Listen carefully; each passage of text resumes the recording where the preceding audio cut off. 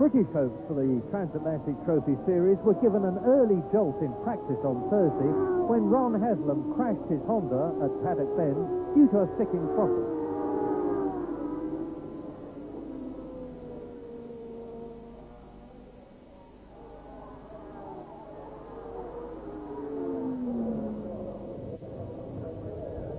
Coming down Paddock Hill now, and the carburetors have got a stage on them, so as soon as you tap the power on, it tends to go all at once, as it did there, and then from there it wouldn't shut off, and and then now the engine is flat out and it wouldn't shut. Now it's flat out all the way up there, and just wouldn't shut off, so to finish I just let go. But then when I was sliding I thought I was okay, but as I can see now, I went back facing to the barrier, and I didn't realise that. But with the throttle, I think I could have got away with it and pulled myself back on, but the throttle just stuck wide open. Now, there is something different at the beginning of the 1982 Transatlantic Trophy Series. The American team, who really work as a team, have got together and done their football huddle to give themselves confidence. Not that they need it, because they are full of fire. And there is the man who could challenge Barry Sheene, fast Freddie Spencer, who is riding the new work two-stroke, three-cylinder NS500 Honda, the machine on which he finished in third place in the Argentine Grand Prix. There is one of the two men who beat him, number 7, Barry Sheene, who finished second in the Argentine to Kenny Roberts, and is riding the brand new 1982 500cc Works Yamaha. Alongside him, number 16 is the ex-British champion, Keith Ewan, but right alongside Sheen, you see the man with the star on his helmet is Roger Marshall. It is 13 laps, and away they go, and into the lead goes Bill Singleton with Roger Marshall, and they go into the right-hander at Paddock together. Sheen is in about 5th position. Well, there is Roger Marshall leading, and with him, number 43 is the American rider Mike Baldwin, who is riding a 1000cc Honda. And Roger Marshall is a man who has a lot to prove. Double British champion. He's been in the Transatlantic Trophy team before, but this is the first year that he's had a works ride, and he needs to show that he deserves it. So it is Marshall in the lead. Baldwin on the Honda, the American, in second place. Cresting the rise, 11 Marshall, 43 Baldwin, 19 Freddie Spencer, 18 Graham Wood, and in 5th position is Barry Sheene on the 500 Yamaha. And last of all at the moment, the American Mark Homchick on the 750 Yamaha. Now they are on to the section which leads down to Westfield on the first of these 13 laps, and it's Bill Marshall leading. It is Bill Baldwin in second position. Barry Sheene is up into 4th place, and 4 men have broken away. Incidentally, as far as points are concerned, you get 16 points for a win, down to 1 point for 16th place. And the positions that really matter, strangely enough, are not so much the leaders, but the midfield men that we're looking at now. And at the end, coming up to the end of lap 1, Freddie Spencer is up into second position on the Works Honda, and with me in the box is Rick Titone, representing the American Motorcycle Association. What do you think will be Spencer's tactics, Rick? Well, Freddie will probably lay back 1 or 2 laps and get the feel of the racetrack. The weather is changing a little, and I think he'll hold there until he can see his open way to go. Well, he's in second place now, and the battle is on, because he's down to third, and ahead of him second is Barry Sheene, and Barry Sheene has fought his way up from about 7th position halfway around the first lap to second position, and now is he going to take his teammate Roger Marshall, who is leading? He doesn't have to, but knowing Barry and knowing that Barry has got Freddie Spencer behind him, and that there is a considerable needle match in the nicest possible way between these two, I think Barry will try and get ahead of Marshall. Realise, though, that this is not just a race to win for an individual, it's a race for each of the 2 teams of 8 representing the USA and Great Britain to get maximum points. And Marshall then on a 1000cc 4-stroke Suzuki is ahead of Sheen on a full Works 500cc Yamaha, and it looks as though those two are starting to get away a little bit from Spencer. 20-year-old Freddie Spencer, number 19 on the Honda. Then it's Baldwin, so it's 2 British riders leading 2 Americans, and in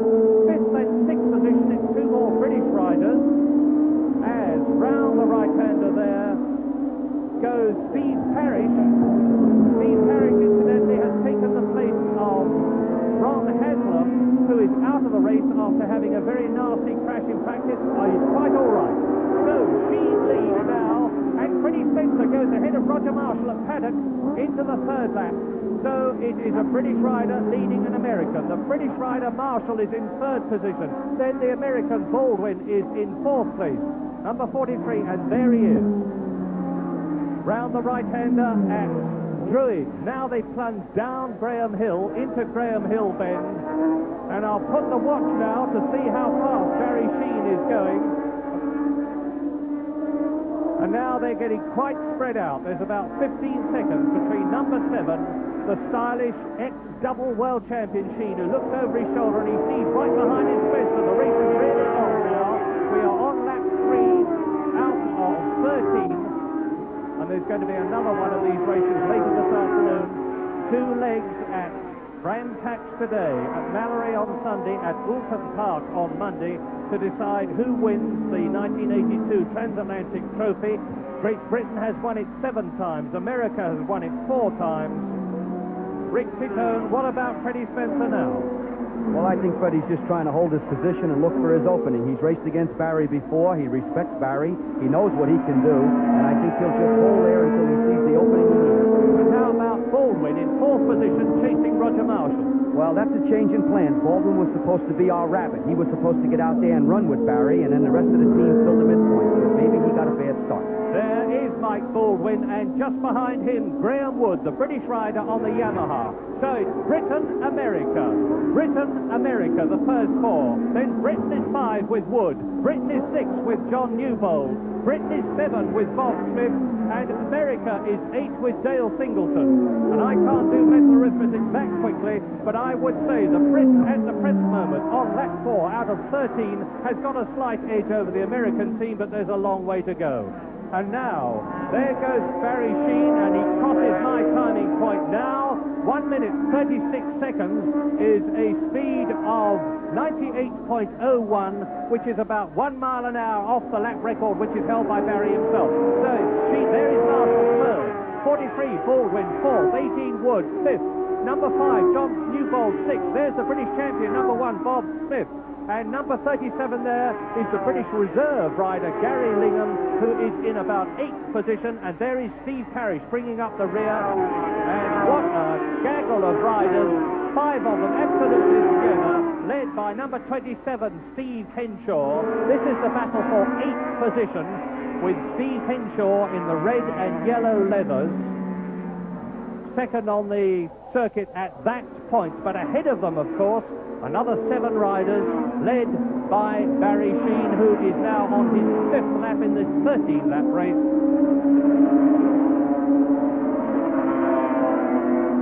Steve Parrish, who is riding with an enormous scar on his shoulder, having just broken his collarbone. It was plated last week. It's Barry Sheene out on his own. Spencer, there is Sheene. And look at the riders' knees when you can. They look very lumpy and bulgy. That's because they all have heavy padding, and some of them have special plastic football studs on their leathers so that they can literally rub on the ground. And there's Sheene doing that, getting his right knee right down onto the ground, back into the saddle, down behind the windscreen, still sitting off the saddle so that he's correctly placed to take the second half of the right-hander. And where is Freddie Spencer behind him now? There he is, still very, very close. And Keith Ewan, the ex-British champion, riding this year an official Suzuki Works bike, that is an ex-Randy Mamela bike, is obviously in trouble. Now, the Americans can start to take advantage, because Keith Ewan is out of the race. What do you reckon, Rick Titone? Well, Barry rides this racetrack so exceptionally well. I think that Barry will win the race, but I hope that we can fill in some mid-range positions and gain the points we need to stay even. Over the line goes Sheen. Behind him goes Spencer. 2.4 seconds. Barry Sheene, who is in absolutely magnificent form this year, is increasing his advantage over Freddie Spencer.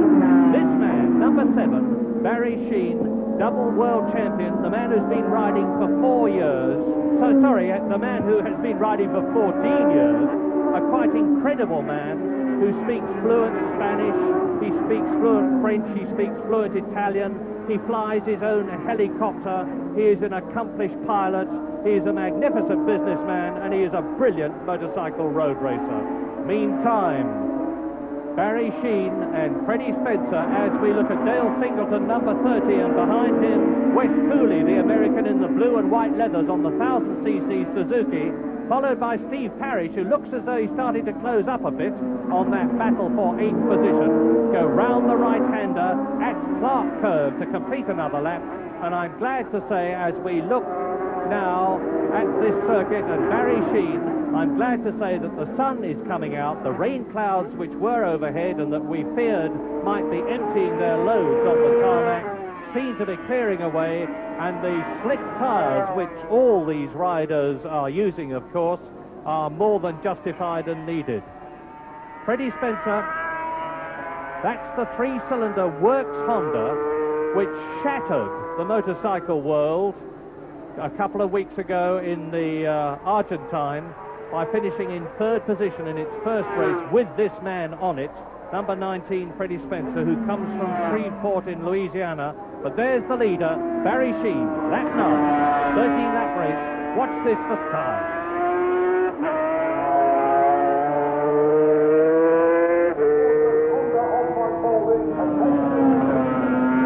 Barry Sheen into clear, into Clark Curve, 4th gear, 110 miles an hour.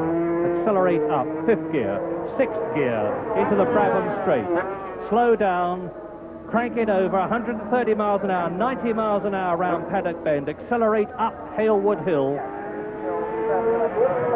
down into 2nd gear for Druids, the slowest corner on the course, 60 miles an hour. Freddie Spencer still chasing Sheen, and there is Spencer in the background as Sheen drops down Graham Hill, and Barry Sheen has already won a race in the Transatlantic Trophy Series 8 times. He is top scorer since the series began in 1971. It looks as though he's going to make it 9. Now, what is the gap between number 7, Barry Sheen leading, number 19, Freddie Spencer in 2nd place? There it is. Behind Spencer should be still number 11, Roger Marshall on the 1000cc 4-stroke Suzuki, and it is. And there is Baldwin, and right behind Baldwin and ahead of Graham Wood is number 5, John Newbold. Now, John Newbold was the top point scorer last year. 37 is the British reserve Gary Lingham. He is doing well. He is in 7th position. There is John Newbold, nicknamed Joe 90, who went over to the TT for the first time last year and did brilliantly well. 3rd in the 500cc, 4th in the Formula One and Classic in his very first year in the Isle of Man. And there is John Newbold, number 5, who comes from South Normanton, a butcher by trade when he's got time to do it, which isn't very much these days. And that's Graham Wood behind him, the British riders. And as they go by, there is the race leader, Barry Sheen. So Britain leading in the form of Sheen. In 2nd place, America, Freddie Spencer. In 3rd position, Britain, Roger Marshall. In 4th place, America, Baldwin. In 5th position, Britain, John Newbold. In 6th position, Britain, Graham Wood. In 7th position, Britain, Gary Lingham. Then in the next position, Bob Smith for Britain, and across the line and into another lap. And this is the 12th, the last lap but one. Barry Sheen leads. Well, Sheen certainly seems to have regained all his previous sparkle and vigour, which had gone a bit over the last 2 years. And now Marshall and Baldwin absolutely together in 3rd and 4th places. So Mike Baldwin, the American, is putting on a tremendous charge on the last lap but one. Any comment, Rick Titone? Well, this is the telling hour, and if anybody's going to make it, Mike Baldwin will do the job. Mike Baldwin on a 1000cc 4-stroke Honda against Roger Marshall from Britain. Baldwin, the American, of course, who a couple of years ago broke his leg very badly and was out of racing for nearly 2 years, got back into racing, into the Honda Endurance team, and this year he is riding with his teammate Roberto Pietri, the Venezuelan, who is in this race for the Honda USA team. Marshall and Baldwin together, and any moment now, there, number 7, Barry Sheen, is coming into Clark Curve for the last time but one to start his 13th and last lap, looking as though he is going to make it 9 Transatlantic Trophy Series wins in his superb career. Second and only just beaten by Kenny Roberts, his teammate in the Argentine Grand Prix this year. Then he came back to Britain and superbly won 2 races at Cadwell Park on his 4-year-old 750 Yamaha last weekend. Very much in the groove in practice here, and his tail is very, very well up, and he has been tipped by no less a rider than Kenny Roberts for world champion honours this year. This is the battle for third, Marshall and Baldwin, with Newbold just behind them. Don't forget that in second place is Freddie Spencer still. So Britain's first and third, Americans second and fourth, and we're looking at the battle for third. There is the leader, Sheen. Sheen nonchalantly waving his hand to the crowd while he's still racing on the last lap. They're going to love that.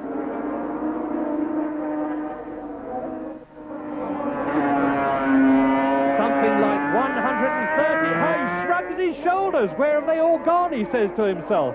Something like 130 horsepower underneath his right hand. There we are, fellas. Well done, Barry Sheen. This is nonchalance if ever I saw it. Barry touring home. That's his 9th win in the Transit. Now, Spencer is going to be second, but who is going to be third? Freddie Spencer approaching the line on the NS500 Honda. Where is he? Where is Spencer? Spencer is missing. Spencer is missing, and across the line go Marshall in second position and Baldwin. Now, this has really blown things open. John Newbold in 4th position, Graham Wood in 5th, and that is Baldwin's bike has blown up. Rick? I don't know what happened to Freddie. He was there all the while, and then we lost him at the top of the hill. Unfortunately, it looks like Baldwin's bike is expired. Looks like we're going to have some work to do between the legs. Very clearly a blown piston as the riders battling for those vital mid and end of race position. There's Spencer, Freddie Spencer walking in, obviously telling the crowd, I don't know what happened, he said. He shrugs his shoulders, and with it there the American team captain Dave Aldana. There is Roberto Pietri, the Venezuelan, and I wish I could lip read. I can't tell you what Spencer's saying, but a bitter blow for America, for Freddie Spencer and for Honda on the last lap of the first leg of the 1982 Transatlantic Trophy Series. Out of the race goes Spencer, but a fine win for Barry Sheen then, who incidentally also put up the fastest lap of the race, just a whisker off his own lap record, to get 16 points for Britain.